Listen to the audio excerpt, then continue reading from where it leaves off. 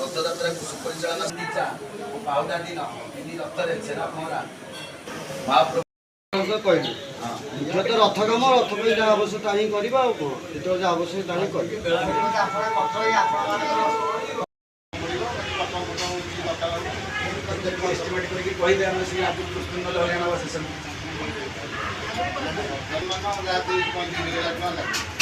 ठाकुर रथ अनुकूल है आसते ठाकुर राजा हिसाब से कौन कहे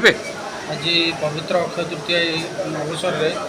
आज आम साइल स्थित मदन मोहन जीव मठर जो आम 100 वर्ष पारंपरिक भाव में रथयात्रा अनुष्ठित हुए तार आज आरंभ होती आज प्रथम अनुष्ठान हिसाब से आमर रथकाठ अनुकूल होती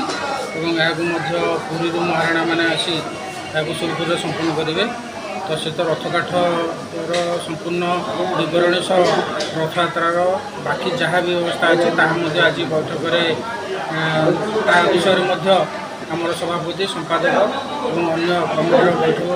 कमिटर जो मेम्बर मैंने थे समस्त बस ता विषय पुंखानुपुख आलोचना कर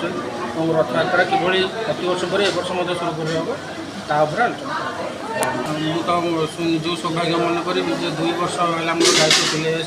आम तृतीय वर्ष जहाँ ठाकुर अपार कृपार और दयार यहाँ मोर तृतीय वर्ष।